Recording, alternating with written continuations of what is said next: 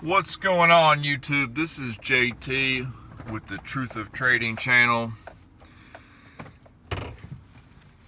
This is day 2, my second episode.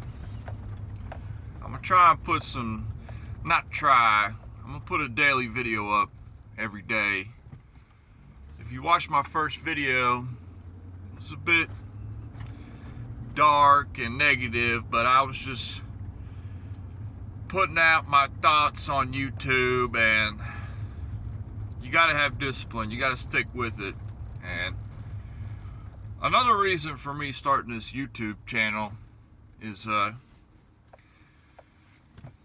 lot of it's personal accountability,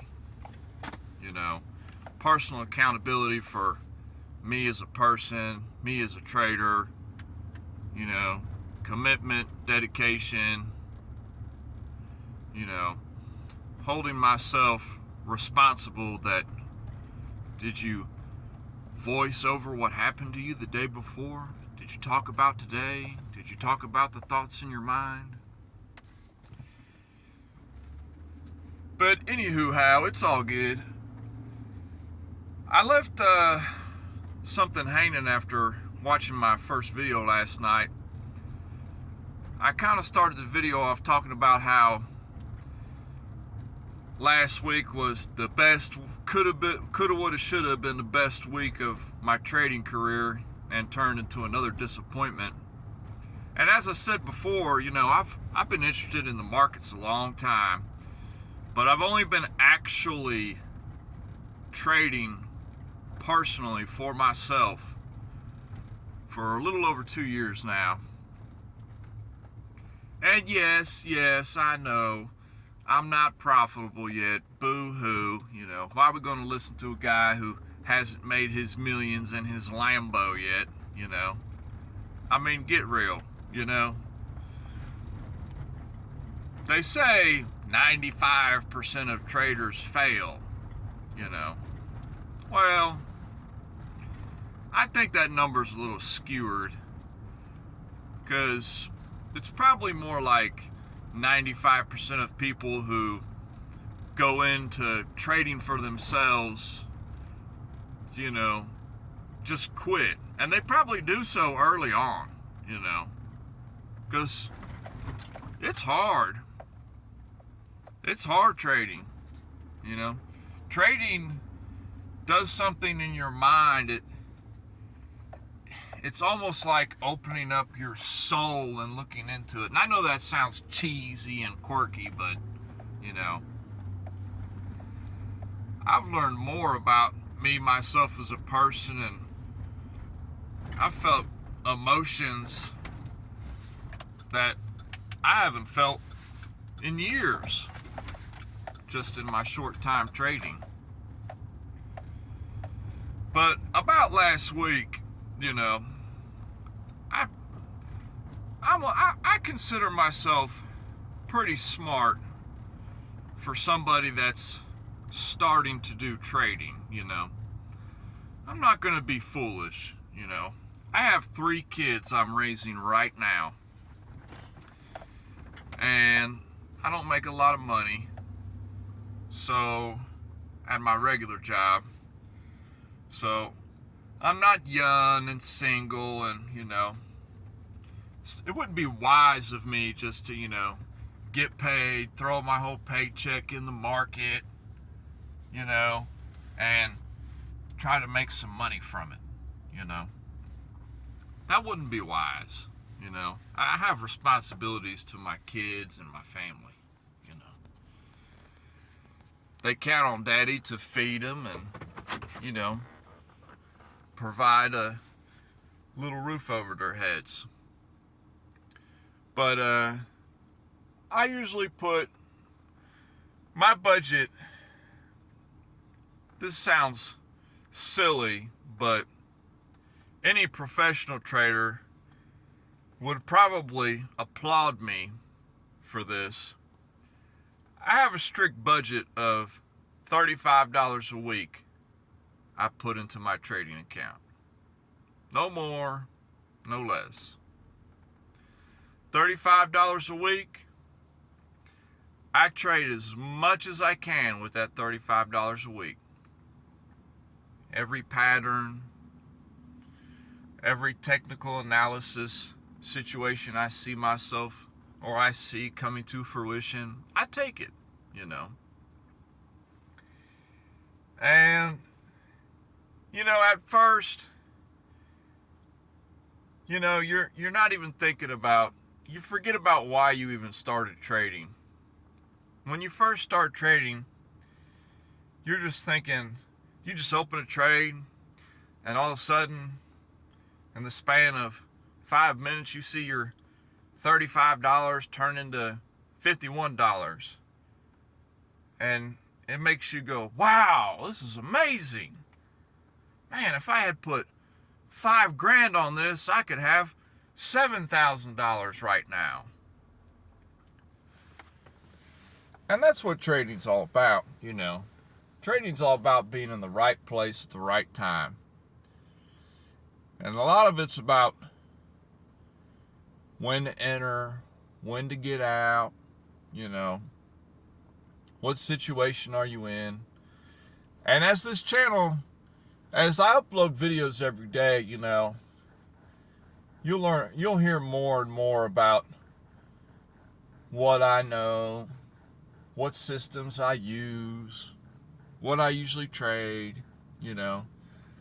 But let me get back to what I left off the table yesterday with my last week. I'd been on a real, you know, stagnant period in my trading career. I went maybe 4 months with, I mean, it was just flat. I'd make it and I'd lose it. I'd make it and I'd lose it, you know. And as I said before, I'm trading as much as possible, you know, because, you know, the one thing that when you're trading small, what it has to offer you is you can build up your experience in a short amount of time. You know, a lot of people on the internet, you know, a lot of these gurus and this space, YouTube, you know, a lot of trading people on YouTube. There's a lot of excellent traders on YouTube that put out content every day, you know. And a lot of them, they've been trading for 10, 15, 20 plus years, you know. And I knew, you know, it's unrealistic of me to think that I'm going to come into space in 2 months and I'm going to start killing it, you know. But there has been people to do it. There's been a lot of people that do that, you know. And I used to get jealous of those people, like, and I'd see them online. I'd see them in Discord trading groups, you know. They come in, they got $2,000, and, you know, within 3 months, they got $50,000, and, you know, they just feel like the pressure's off, you know. I'm not struggling to make it, you know. I got all this trading money in my account, you know. And the one thing that, when I got over that little jealousy, you know, and I started realizing, you know, maybe that's just not my path. Maybe I'm meant to learn more. I have more to learn, you know. And the one thing that I feel sorry for those people about is, you know, a lot of the great expert traders out there, they've suffered some horrible losses. I mean, they've suffered losses that most common regular people like you or I might just say, forget it. I'm done. I'm done with trading. I'm done with my life. You know, it could get that bad. Trading can do that to you. Trading can make your brain think in funny ways, you know. When you start messing with people's dreams, a lot of strange thoughts come into your head. But last week, I'll go back a few weeks ago. A few weeks ago, as I said in my first video, you know, trading's full of a lot of aha moments. I see the light kind of moments, you know. And a few weeks ago, I started noticing that I have a live account, which I told you about. I put $35 a week in it. But I also have several demo accounts, you know. And I started noticing that, on my demo accounts, I started crushing it. And I wasn't really focused on the demo accounts, I just was playing big time frames, big trading ideas I saw, On my live account is just strictly scalping, It's scalping for some people. Everybody has a different definition of what scalping is. Scalping for me is anything less than a 15 minute or less on your time frame on what you're looking at, A scalp, to me, if it's a good runner, you'll let it go over an hour, but if you're just playing one position, it's less than an hour, what your trade actually is, And I started noticing that my demo accounts a few weeks ago, I was crushing it. And then a couple weeks ago, my live account, I was banging on them, as they say. My technical analysis and my calls, I finally felt like I was coming out of this dark cave, and I was really seeing that, wow, it went right to where I projected price to go, That's an extremely satisfying feeling, especially as an independent trader. That's a whole nother story. We'll go into that more later videos. But it was more satisfying than winning money, especially starting out for me. I couldn't believe it. And you got to have rules when you're trading. Everybody says that. You got to have rules. But I'll be straight up. You can't have somebody else's rules. All these mentors that you might follow, or all these trading gurus that you listen to, they got their rules. Adopt these rules as your own, and you will become a profitable trader in no time, But that's a little wishy-washy, because in my personal experience, rules are something you have to create for yourself. Every trader has their own rules. And I could almost guarantee that no two professional traders have the exact same rule list sitting in front of them or in the back of their mind. But I started noticing a little breakthrough on how, I was really getting a lot more calls right than I was getting wrong. And price was just, it was just going my way. And beginning of last week, let's say about 7 to 8 days ago, I said, well, this could really be a breakthrough, It really brought out some emotions in me. I said, maybe it's time for me to, take another step forward. Which you have to do. You can't just... I can't keep putting $35 a week in the market every week and then just, expecting that, my trading account is going to grow exponentially, And it'll grow if I'm winning more than I'm losing. But, if I start winning more than I'm losing, I should start turning on the gas, or stepping on the gas, so to speak.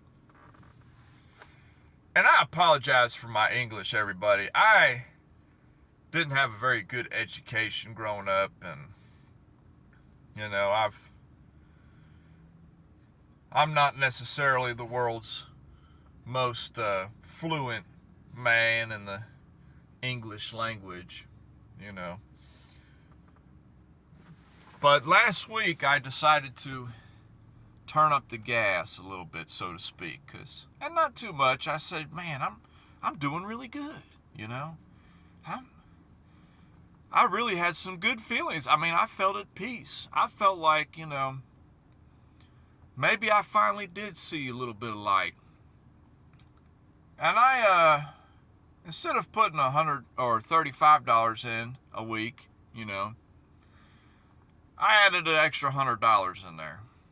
I said, okay, this week, every so often, you know, I had $100. I'm gonna put $135 in my account this week. Let's see how we do. I'm gonna up my size, you know, instead of playing a $8 lot size, or, you know, let me up to about 24, you know.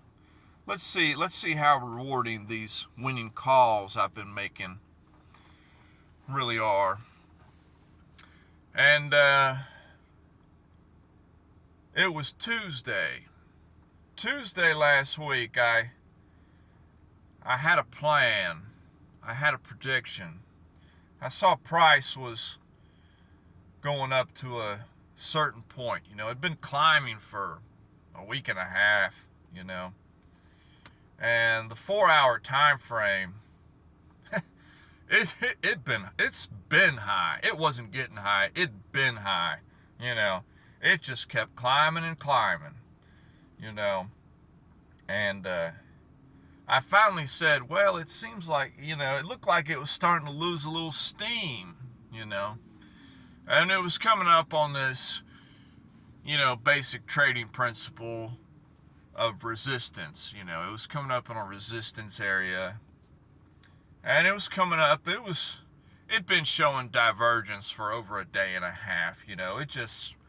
The divergence just kept getting longer and longer, you know. And some people, they swear by divergences. They swear by support and resistances. And if you don't know anything about technical analysis, you know, you'll learn more about that as the videos come day in, day out.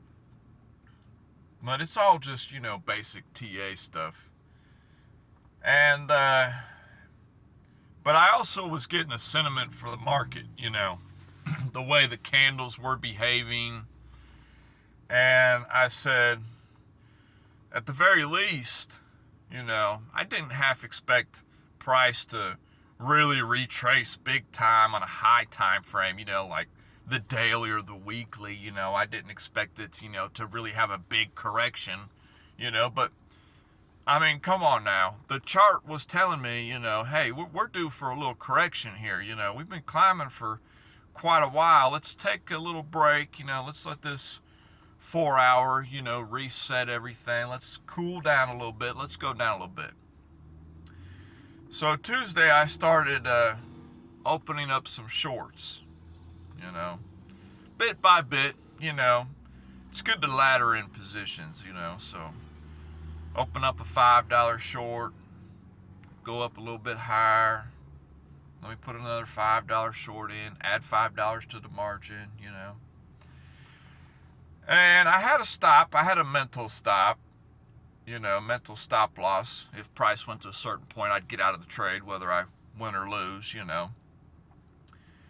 And I hit that the following day, Wednesday.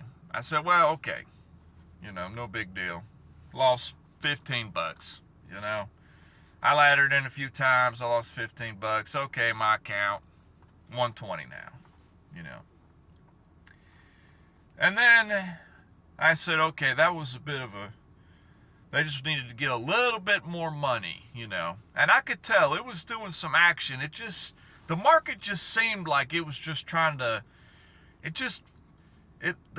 the way the candles and price was behaving, it just seemed like it was just trying to knock as many people off the short wagon as possible.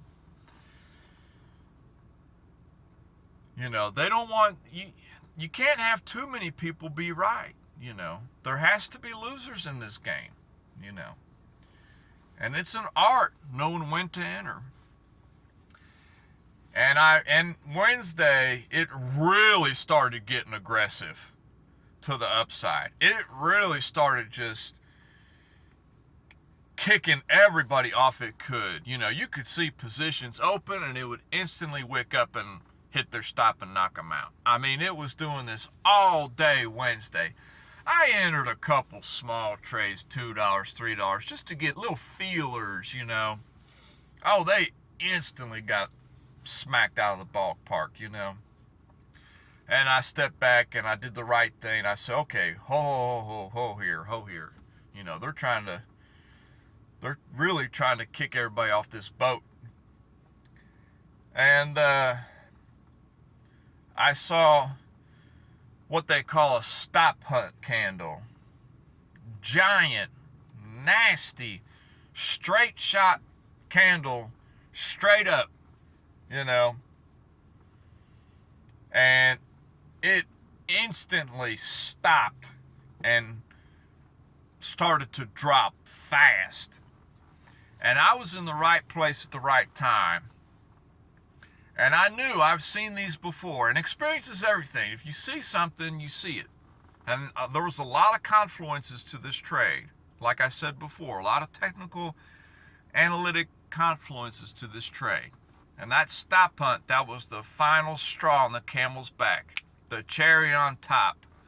I knew I had caught the top of this particular move. And this was going to be a great trade. So I entered with $24 on my trade. I set the stop loss at the top of that stop hunt candle. And the stop loss, it was deep. It was deep, you know. If it had gone straight up, I would have just lost probably $30 off the account. I would have lost more than I actually entered with, you know. And I know that sounds crazy, but I'll explain my strategy using cross leverage and everything. They tell you not to use cross, but there's a reason it's offered, you know. And I'll explain more to that. There's all systems in trading, they're just tools. They're just tools for you to use as a trader. But I caught the top of this move, and it started dropping hard. And, man, I wasn't really happy. There was no emotion. I just knew. I said, okay, I fought for this. I got it. This is me. I didn't even move my stop loss into profit yet. I said, it might retrace. Let me just let it ride. No retrace. It just kept dropping. And I had a take profit level. My take profit level, it was $133 take profit. That's how much I would have made. And so that's a 4-to-1 ratio about, you know. Risk $30. So if it got stopped out, I would have made $130 if I wanted. And it went right to the take profit. I mean, it wasn't but 2 hours later that take profit hit. And I just felt so good. I felt like, you know, I've been working so hard for so long, and, you know, and yeah, I've had a lot of small wins and many thousands of small losses, and it just felt so nice to have a little bit bigger win, you know. I mean, if you make $100 a day from the markets, you know, you're already better than 97% of other traders, you know. And it was just nice, you know. And your mind can play tricks on you, you know. I always told myself that, you know, if you have a good win, stop trading.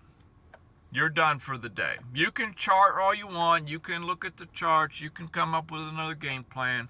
But if you get a good win, you're done for the day. Just stop. And I had some other things going on in my life that day. And, you know, a lot of these old demons come back in my mind, and I just let them come in, you know. Discipline is key, you know. And sure enough, I thought I could be a smarty pants, you know. I thought that I had the market cracked. And I'll be honest with you, for about a week and a half, I had the market cracked on this particular asset I was trading. I was killing it. I mean, I was 8 out of 10 on all these scalps. I was killing them, you know. And I just thought this, you know, I forgot about the beast of loss, you know, as they say. And I saw it go down to my take profit. I stopped. And then immediately when it got down to that level, I said, you know, why did I pick this for my take profit? Well, I picked this point because this was a key support on the chart. And this is where a lot of liquidity was lying. You know, I had a confluence in my mind that there was a lot of liquidity from people going long down here, you know, in the belief that it could just keep going higher for 2 more weeks, you know. And I said, well, if a lot of people get stopped out down here, they might see that, oh, this is a good support level. And it looked pretty on the chart. It looked like a great support line, you know. A lot of action straight across the chart, you know, right there at that level. And it got down there and it started showing some bullish divergences, and it started